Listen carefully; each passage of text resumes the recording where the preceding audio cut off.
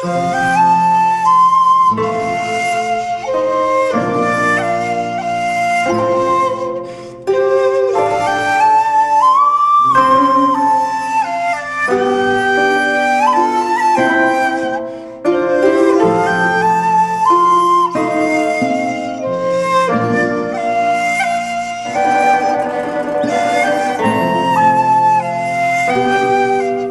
बड़ा दिन है, बहुत खुशी का दिन है, ना कि सिर्फ अहलियाने साकिनाका के लिए बल्कि पूरी कौम मिल्लत के लिए, पूरे हिंदुस्तान के लिए, पूरे भारत के लिए। एक कैफियत, एक अंजुमन, एक शख्सियत, एक आफ्ताब, एक महताब, मोहतरम मोहम्मद आरिफ नसीम खान साहब, साबिक वजीर काबीना। आइए मैं अपने दो शेरों के साथ कि चांदनी में नहा रहा है चांद, किस कदर जगमगा रहा है चांद, ऐ सितारों जरा अदब से रहो, देखो महफिल में आ रहा है चांद। पुरजोर तालियों से इस्तकबाल करें मोहम्मद आरिफ नसीम खान साहब से गुजारिश करें। आज के इस अजीमुशान मुशायरे के ऑर्गेनाइजर हमारे प्रदेश कांग्रेस के अभी नए नए जो इलेक्ट होके आए अयूब मनियार साहब स्टेज पे बैठे हुए, और दूसरे ऑर्गेनाइजर हमारे साथी भाई जावेद चौधरी, समीउल्लाह खान साहब, अल्ताफ हाशमी साहब, नितिन पवार, मन्नू सिद्दीकी, उदयराज यादव जी, रफीक चौधरी, शमशाद चौधरी, कुतुबुल्लाह खान साहब, चौधरी साहब और इरफान मनिहार, फजल मनिहार, इमरान मनिहार, आमिर खान, फरमान कुरैशी, असलम कुरैशी, रहीम भाई, समीर मनियार और सभी स्टेज पे बैठे हुए जो बहुत ही अच्छी तरह से निजामत कर रहे हैं, हमारे नजर बिजनौरी साहब, गालिब खान साहब, दूसरे हमारे पीसीसी के जो प्रदेश कांग्रेस में अभी अभी कांग्रेस के चुनाव में प्रदेश के प्रतिनिधि चुने गए, ऐसे एडवोकेट अफरोज सिद्दीकी साहब, शरीफ खान साहब, हमारे मोहम्मद गौस साहब, अनिल चौरसिया, निशात खान साहब, हमारे नगर सेवक जरीमरी के जनाब वाजिद कुरैशी, गालिब भाई और हमारे साथी भाई जिन्होंने हिंदुस्तान में बहुत बहुत बड़े बड़े घोटालों को अपनी आरटीआई के जरिए उजागर किया, ऐसे हमारे साथी अनिल गलगली साहब और सभी स्टेज पे बैठे हुए शोरा इकराम। सबसे पहले मैं आज के इस मुशायरे के ऑर्गेनाइजर्स का और आप सबका दिल की गहराइयों से मैं शुक्रिया अदा करना चाहता हूं।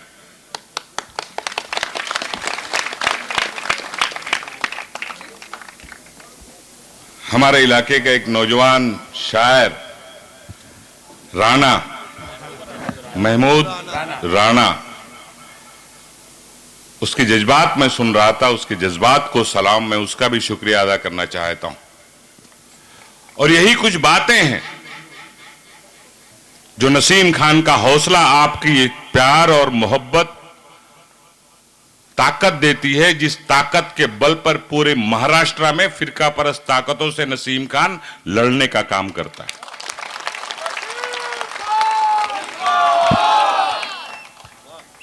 हमारे गोंडवी साहब, इमरान गोंडवी साहब शेर पढ़ रहे थे मुल्क की एकजहती के बारे में। बहुत अच्छे कलाम है आपके, लेकिन इसको साकिनाका में मत सुनाइए, दिल्ली चले जाइए, अमित शाह और मोदी जी को जरूर सुनाइए। ये उनके लिए जरूरी है जो लोग हिंदुस्तान को बांटना चाहते हैं। इस मुल्क में रहने वाले हिंदू और मुसलमान, सिख और ईसाई, उनके बीच में दीवार खड़ी करना चाहते हैं। ऐसे शेर इमरान साहब उनको जाके सुनाइए, और वहां तक आवाज ना जाए तो आजकल ट्विटर का जमाना है, ट्वीट कीजिए। हमारे मोदी जी बहुत ट्वीट पे फॉलो करते हैं लोगों को आजकल। आप भी एक ट्विटर अकाउंट ओपन कीजिए और कल से ट्वीट करना शुरू कीजिए कि मोदी जी हम भी इसी देश के सिपाही हैं। आप तो बाद में सिपाही बने, आप तो नागपुर के आरएसएस का थैला लेके पहले घूमा करते थे, प्रचारक थे। हम तो आजादी के पहले से सिपाही हैं।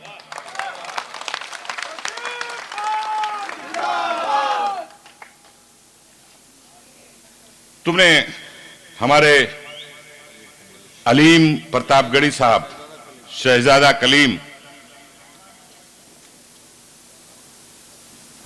एक एमएलए की बात पर ताजमहल के बारे में बात कर रहे थे, आप शेर पढ़ रहे थे।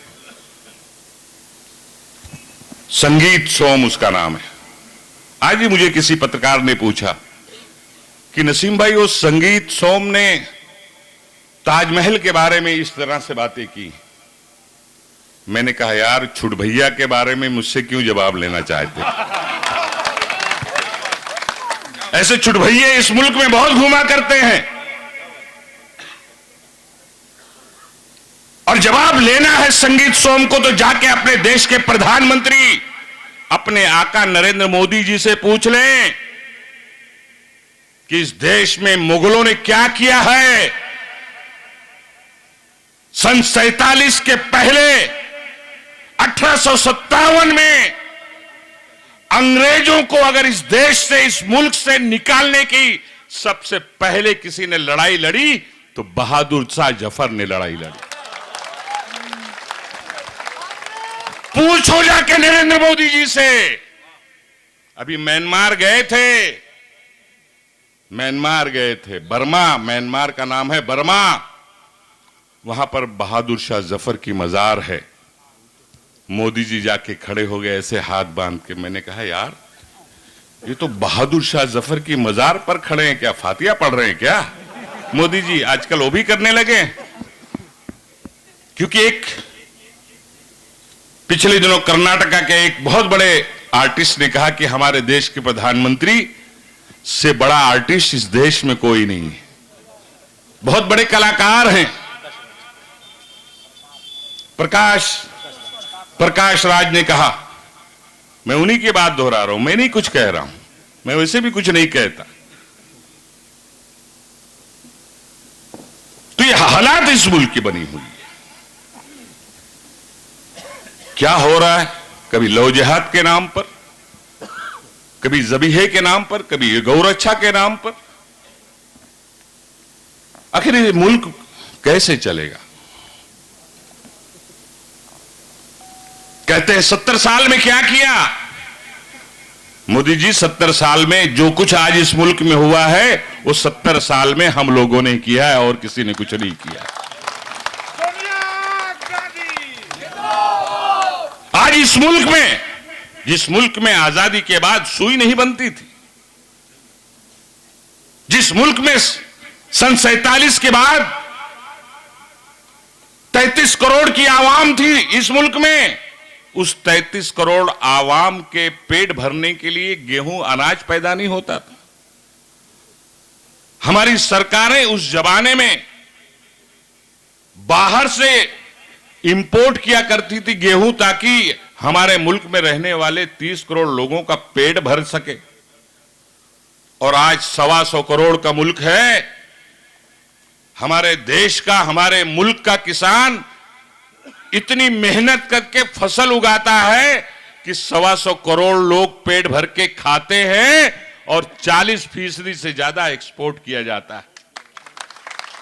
और मोदी जी कहते हैं 70 साल में कुछ नहीं किया। भाई ठीक है, हमने कुछ नहीं किया, तो तुमने कौन सा तीर मार लिया? क्या कर दिया तुमने? नोटबंदी, जीएसटी जैसे गलत फैसले करके। 4 दिनों से लोग मुझे कह रहे हैं कि नसीम भाई, हमने पूरी उम्र में ऐसी डल दिवाली इस देश में हमने कभी नहीं देखी थी। लोग परेशान हैं, मजदूरों के हाथ में आज काम नहीं है।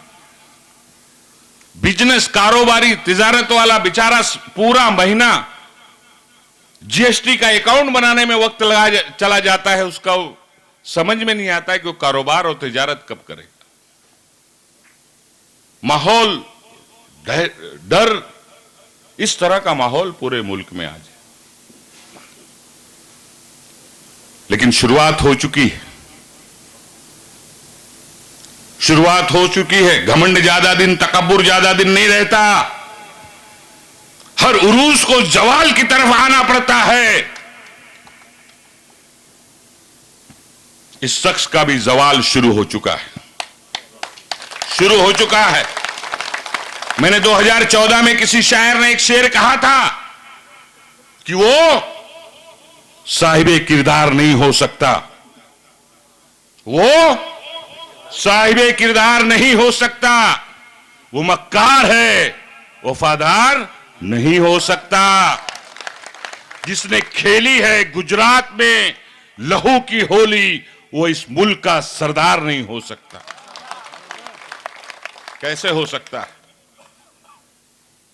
जो इस मुल्क में लोगों को बांटने की सियासत करता हो, अपनी कुर्सी बचाने के लिए, मुल्क को कमजोर करने के लिए कुछ भी करने पे आमादा हो, वो ये मुल्क को नहीं चला सकता। और मुल्क की हमारी आवाम, इस मुल्क के हिंदू और मुसलमान, इस मुल्क की एक तहजीब रही है जिसे हम गंगा जमनी तहजीब के नाम से जानते हैं। हमारे शोरा इकराम शेर पढ़ते रहते हैं गंगा जमनी तहजीब को मजबूत करने के लिए, इस मुल्क की एकजहती के लिए। मैं हमेशा एक बात कहता हूं, ये देश, ये मुल्क तभी तरक्की कर सकता है और तभी तरक्की, तब इस देश ने तरक्की की है जब जब इस देश की कौमी एकजहती मजबूत रही है। चाहे आजादी के पहले की तारीख उठा के देख लीजिए या आजादी के बाद की तारीख उठाकर समझ लीजिए, आज इतिहास को बदलने की कोशिश की जा रही है, तारीखों के पन्ने को मिटाने की कोशिश की जा रही है। मोदी जी, आपकी सरकार, चाहे योगी जी की सरकार यूपी में, मोदी जी की सरकार दिल्ली में बैठकर इस मुल्क की तारीख के पन्नों को तो वो फाड़ सकती है, लेकिन लोगों के दिल में जो जज्ब है उसको मिटा नहीं सकती। याद रखना चाहिए, याद रखना चाहिए इन लोगों को। इस मुल्क की आवाम अगर आपको सर पर बिठा सकती है तो जमीन पर उठाकर पटकना भी जानती है, और उसको पटकने की शुरुआत नांदेड़ से, नांदेड़ के आवाम ने, वहां के हिंदू और मुसलमान, सिख और ईसाई ने मिलकर सबक दे दिया है, पैगाम दे दिया है। 81 सीट में से 73 सीट, इतनी बड़ी मेजॉरिटी कभी आपने कहीं सुना है? उसके बाद गुरदासपुर पंजाब में 1,93,000 से हमारा कैंडिडेट जीत के आया, वहां पर जाखड़ जी। माहौल शुरू हो गया है, गुजरात में भी फिजा बदल रही है, माहौल बदल रही है। लेकिन मैं एक चीज कहना चाहता हूं, बहुत पुराना शेर है कि मुंतशिर होगे तो मिट जाएगा वजूद, मुत्तहिद होगे तो ठोकर में जमाना होगा। और जब जब मुत्तहिद हुए, जमाने को ठोकर में डालने का आपने काम किया।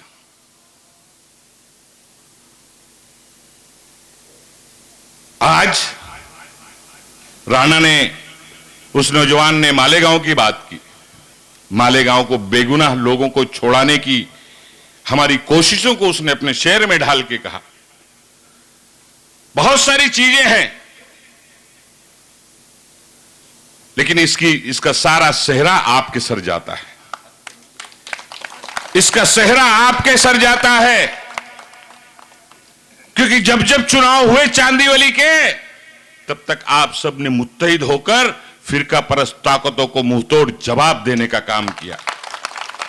2014 में लोग कहते थे यार अब की नसीम भाई का होए, ऐसे खड़े रहते थे पान की दुकान पे, चाय की दुकान पे, सब आपस में बेचारे फिक्रमंद थे लोग कि मोदी की लहर चल रही है, बीजेपी की लहर चल रही है, नसीम भाई का क्या होगा, नसीम भाई जीतेंगे कि नहीं जीतेंगे। लोगों को शक था, डर था। लेकिन सलाम है आपकी एकता को, आपकी मुत्तहिद होने पर, आपकी एकजहती पर, कि आप सब ने मुत्तहिद होकर उस लहर को चांदीवली में आने से रोक दिया, उस लहर को वापस करने का काम किया और तारीख पे फिर से नाम लिखा कि महाराष्ट्र में, बंबई में सबसे ज्यादा ऑटो से चुन के आने वालों की लाइन में नसीम खान को आप लोगों ने कहा। अगर नसीम खान नरेंद्र मोदी जी की गलत नीतियों के खिलाफ दहाड़ता है, अमित शाह के खिलाफ दहाड़ता है, संगीत सोम के खिलाफ दहाड़ता है, आरएसएस और बजरंग दल की फिरका परस्ती के खिलाफ बोलता है, तो वो बोलने की हिम्मत और ताकत देने वाले आप लोग हैं। मैं बहुत बड़ा इंसान नहीं हूं। हमारे मालेगांव के शायर मरहूम मालेगांव ने सही कहा, मैं कोई सुल्तान नहीं हूं, मैं खादिम हूं, अपने लोगों की खिदमत करना चाहता हूं और उस खिदमत के जज्बे के तहत मैंने काम किया है, बड़ी से बड़ी आवाज बुलंद किया। और जब खुलूस के साथ कोई आवाज बुलंद होती है तो उस आवाज को परवान चढ़ाने का काम परवरदिगार करता है। बहुत बड़े बड़े मसले में कामयाबी मिली, अलग अलग तरह के और भी मामले आएंगे आने वाले दिनों में। हज कमेटी का गालिब भाई हमारे कह रहे कि हज कमेटी पे बोलिए। नकवी साहब आजकल सेंट्रल के अकलियती उमूर के वजीर बन गए, हज मंत्री वो बन गए।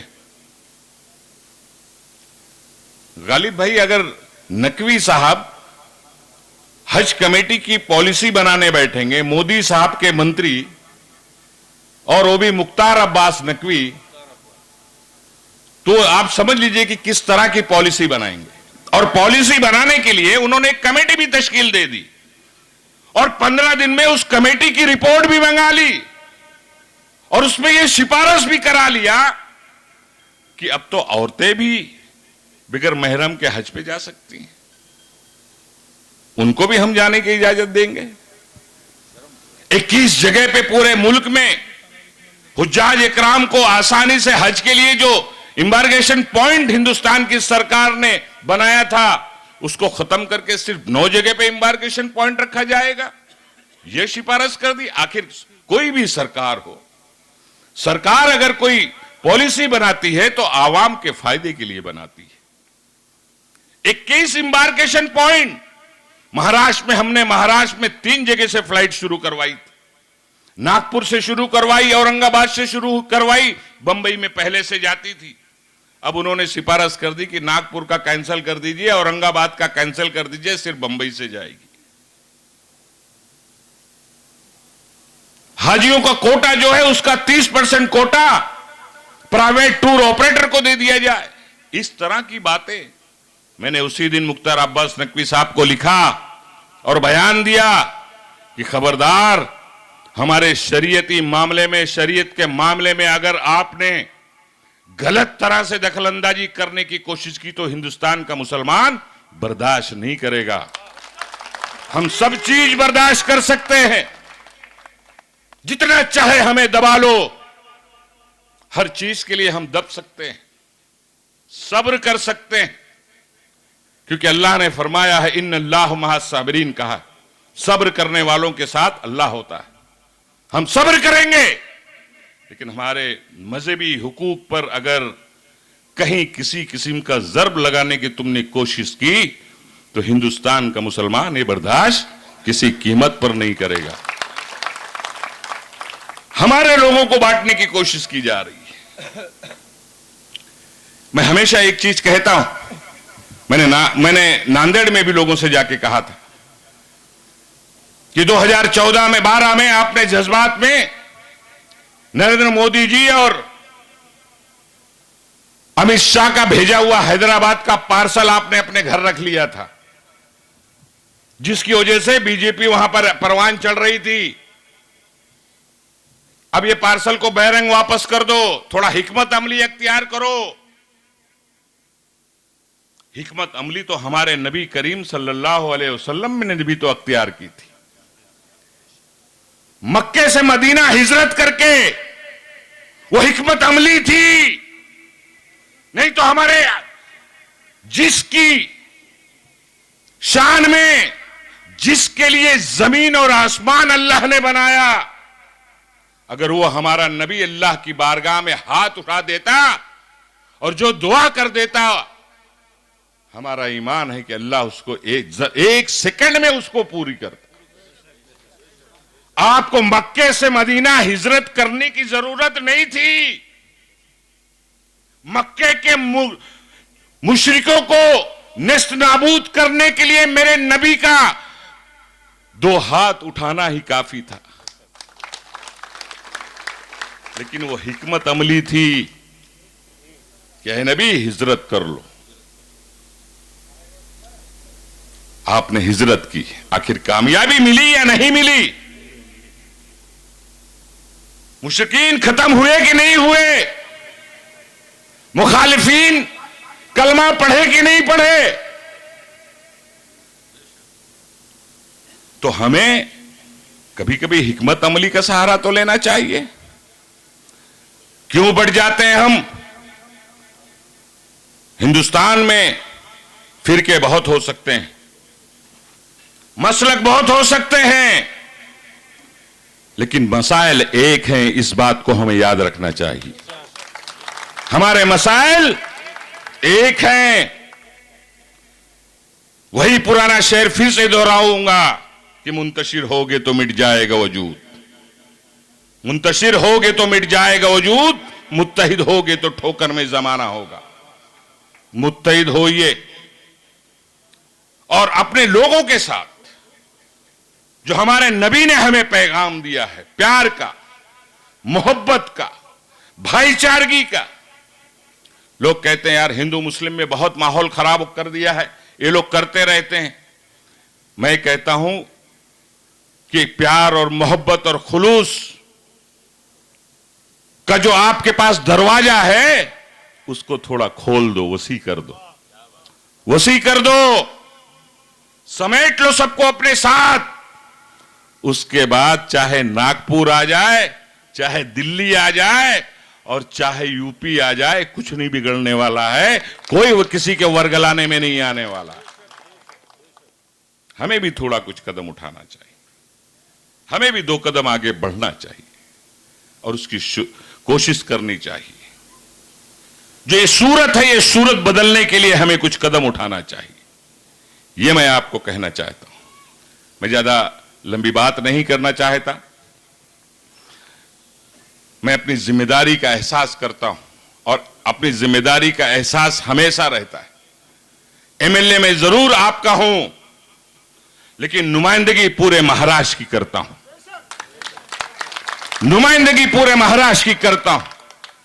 चाहे मालेगांव हो, औरंगाबाद हो, जालना हो, नासिक हो, धुलिया हो, विदर्भ हो, महाराष्ट्र हो, कोकण हो, चाहे मुंबई का मामला हो, आपका ये चुना हुआ आपका छोटा भाई अकलियत की आवाज को उसकी सही तरह से तर्जुमानी करने की हिम्मत आपकी दुआ के सहारे हमेशा करते आया है और करते रहेगा। ये मैं आपको यकीन दिलाना चाहता हूं। आज इतनी आधी रात तक आप सारे लोग हजारों की तादाद में यहां पर बैठे हुए हैं। मैं सलाम करता हूं आपको, आपकी मोहब्बतों को, आपकी जो ताकत है, आपकी दुआओं को। मेरा हर बुजुर्ग दुआ में मुझे याद रखता है। मेरे नौजवानों की ताकत मेरे साथ खड़ी रहती है। मेरी मां और बहनें में अपनी दुआओं में मुझे याद रखती हैं। जिसके पीछे इतनी बड़ी बड़ी ताकतें हो, वो किससे क्या डरेगा, किससे क्या डरेगा। किसी शायर ने खूब कहा है कि राह में खतरे भी हैं, लेकिन हारता कौन है। राह में खतरे भी हैं, लेकिन हारता कौन है? मौत कल आनी है तो आए, मौत कल आनी है तो आ जाए, डरता कौन है? डर नहीं है।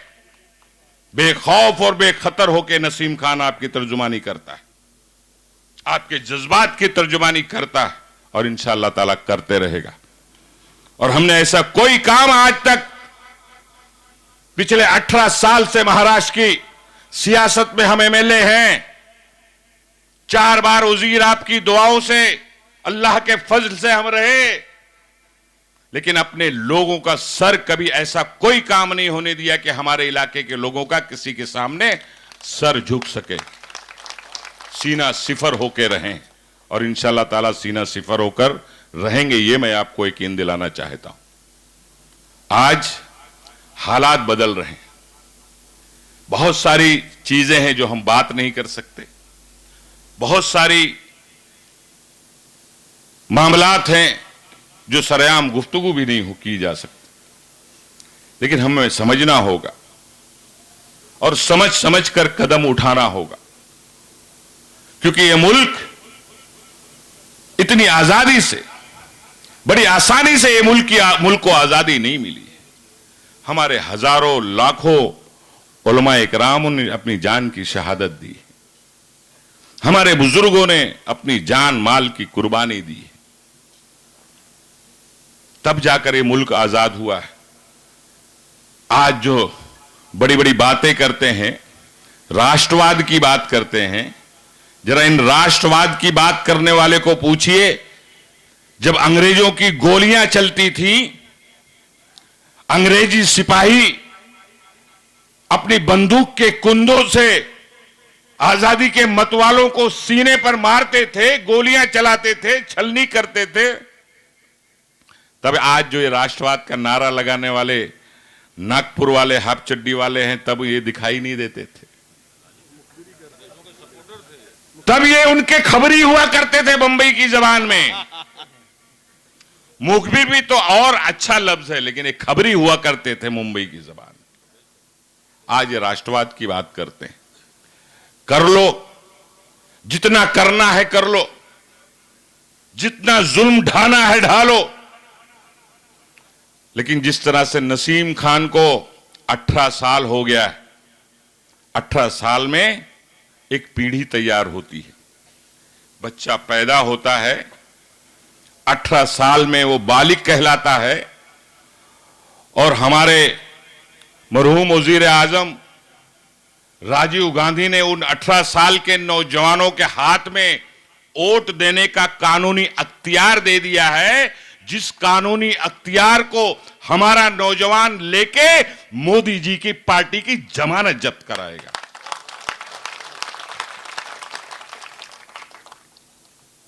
तो ज्यादा डरने की और दहशत में और घबराने की जरूरत नहीं है। यहां पे नोटबंदी की बात हुई, जीएसटी की बात हो रही है, चलिए कर लिया उनको जितना सितम करना था, ढा लिया उन्होंने जितना उनको सितम ढाना था। अब सितम का पहाड़ तो उन पे टूटने की शुरुआत हुई है। आने दीजिए 2018-19, तब दूध का दूध पानी का पानी होगा, और उसकी शुरुआत नांदेड़ से हुई है, पंजाब पहुंची है, अब गुजरात के रास्ते में, गुजरात के रास्ते में। और गुजरात में भी कामयाबी इंशाअल्लाह ताला हम लोगों को मिलेगी, ताकि इन फिरका परस्त ताकतों की जो ताकत है, जिस ताकत का इस मुल्क को कमजोर करने का के लिए इस्तेमाल किया जा रहा है, ऐसी ताकत को खत्म करने का काम हम सारे लोग मिलजुल कर करेंगे। ये मैं आप सबको कहना चाहता हूं। मैं फिर से अपने सभी साथियों का शुक्रिया अदा करना चाहता हूं कि आज इसी मौके खाड़ी में कम से कम मुशायरा तो हुआ। मेरा जन्मदिन ही के नाम पर मुशायरा हुआ। अयूब भाई और हमारे जावेद, सारे लोगों ने मिलजुल कर जिस तरह से ये प्रोग्राम मुनक्किद किया, और हमारे मरहूम साहब कह रहे थे मालेगांव में कि हमारा भी ख्याल रखना चाहिए, तो भैया देखो हमारे साकीनाका के लोग सबका ख्याल रखते हैं,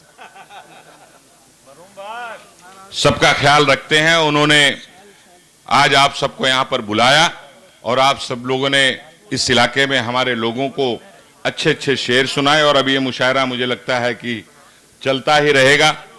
बहरहाल मैं आप सबका शुक्रिया अदा करते हुए आज के इस जो हमारे ऑर्गेनाइजर हैं इस मुशायरे के, इन सब का मैं शुक्रिया अदा करता हूं और अपनी बात को ख़त्म करते हुए आप सबको फिर से मुबारकबाद देता हूं और खुदा हाफिज, शुक्रिया, जय हिंद।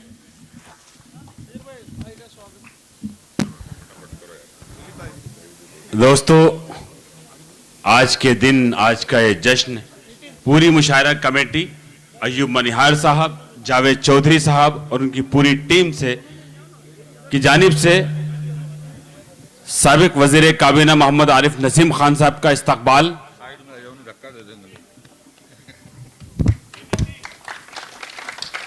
आप पुरजोर तालियों से उनका इस्तकबाल करें, अपनी मोहब्बत का यकीन दिलाएं, उनकी बातों पर अमल करें।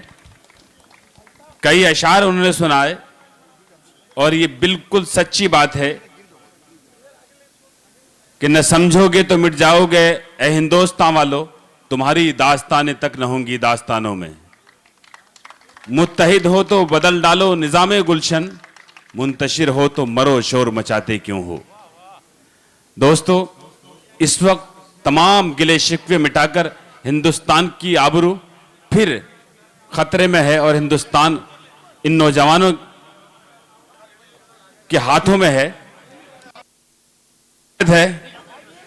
नसीम खान साहब को जाना है, लेकिन उससे कबल उन्हें एक शमशीर का तोहफा केक काटकर पेश किया जाएगा। अल्लाह उनकी उम्र दराज करे और इसी तरह वो हिंदुस्तान की नुमाइंदगी, अपनी कौम की नुमाइंदगी करते रहें। अल्लाह उनकी उम्र में बरकत दे, उनके जज्बात में ताकत दे। निशात खान साहब, अयूब मनिहार साहब, जावेद चौधरी साहब, कामयाब प्रोग्राम, कामयाब महफिल, कामयाब जश्न, कामयाब शाम।